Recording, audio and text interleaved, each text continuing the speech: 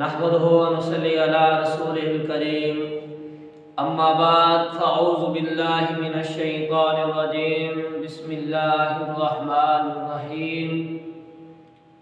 گرامی قدر، آج آپ حضرات کے سامنے جس بات کو رکھنا ہے وہ یہ ہے کہ دو مرد یا دو عورتیں کیا ایک بستر، ایک چادر یا ایک لحاف کے اندر سو سکتے ہیں کہ نہیں سو سکتے؟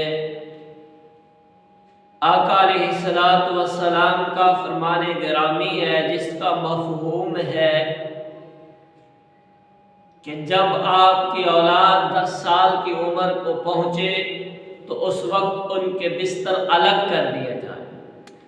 چنانچہ آج کے اس پرفتن دور میں بہت سارے ایسے حرکات بچے کرتے ہیں جس کی وجہ سے یہ ضروری ہے کہ بچوں کی، بڑوں کی، وہ دو عورتیں ہوں یا دو مرد ہوں، ان کے بستر الگ ہونا ضروری ہے۔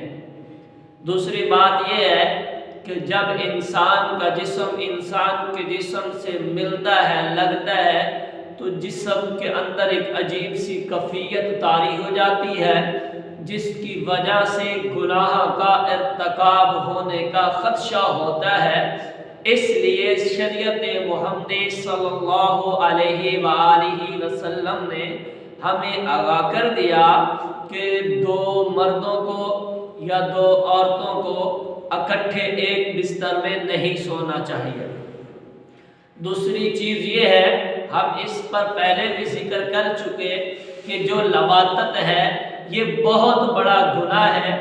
آج کے اس پرفتن دور میں بہت سارے لوگ ایسے ہیں، اور جب سے ہمارے ملک میں ویسے بھی بل جب پاس ہوا تو اس پر بھی لوگوں نے اس طرف اپنے آپ کو راغب کیا اور انہوں نے یہ سمجھا کہ شاید اس سے ہمیں لواطت کی بھی اللہ یعوذ باللہ اجازت مل گئی ہے۔ ایسا کوئی نہیں ہے۔ شریعت میں لواطت زنا سے بھی بڑا گناہ ہے۔ یہ سب سے پہلے یہ فعل حضرت لوط علیہ السلام کی قوم نے کیا، تو جب وہ باز نہ آئے تو اللہ تبارک و تعالیٰ نے اس قوم کو ایسا برباد کیا کہ آج بھی بحر مردار کے نام سے وہ اس دریا، وہ جگہ موجود ہے جس کو بحر مردار کہا جاتا ہے، اسے بحر لوط بھی کہا جاتا ہے۔ اور اللہ نے قرآن میں بھی ان بستی والوں کا ذکر فرمایا کہ جو اس فعل بد کو سر انجام دیتے تھے، تو اللہ نے فرشتوں کو حکم دیا کہ ان کی بستی کو الٹ کر زمین پر پھینکو، ان کی بستی کو الٹ دو۔ تو اللہ تبارک و تعالیٰ کی طرف سے یہ عذاب بنایا۔ تو اب ہمیں یہ چاہیے کہ ایسا کام بھی نہیں کرنا چاہیے جو اس کا سبب بنے۔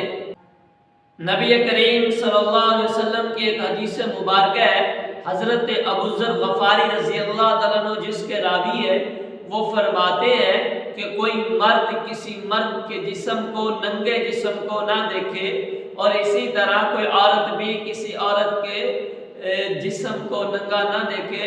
یہ ایک حکم ہے۔ جب بندہ یا عورت یا مرد جس طرح ایک دوسرے کے جسم کو ننگا دیکھیں گے تو اس سے شیطانی جو وسوسے پیدا ہوں گے، تو پھر بھی ایسے گناہ صادر ہونے کا خدشہ ہے۔ تو لہٰذا یہ عمل ہمیں نہیں کرنا چاہیے۔ دوسری بات یہ ہے کہ اکثر لوگ یہ سمجھتے ہیں کہ جناب وہ زہری لذت کو حاصل کرنے کے لیے لواطت کرتے ہیں، تو یاد رکھنا لواطت سے نہ صرف گناہ ہوتا ہے بلکہ بہت ساری بیماریاں بھی لگ جاتی ہیں۔ اور اسی طرح ان بیماریوں میں جو سب سے اہم اور موذی بیماری ہے وہ ایڈز کی بیماری ہے۔ یہ ایڈز ایسی بیماری ہے جس سے بندہ انسان ہلاک بھی ہو جاتا ہے۔ دوسرا یہ ہے کہ جو لواطت کرتا ہے اس کا عضو تناسل کمزور ہو جاتا ہے، وہ بیوی کے قابل نہیں رہتا۔ یہ آج کا جو پیغام تھا وہ ہم نے آپ تک پہنچا دیا ہے۔ کل انشاءاللہ ہم کچھ ضروری اہم مسائل آپ حضرات کے سامنے رکھیں گے۔ اور امید کرتے ہیں انشاءاللہ آپ کو ان کا بڑا فائدہ ہوگا۔ وما علینا الا البلاغ۔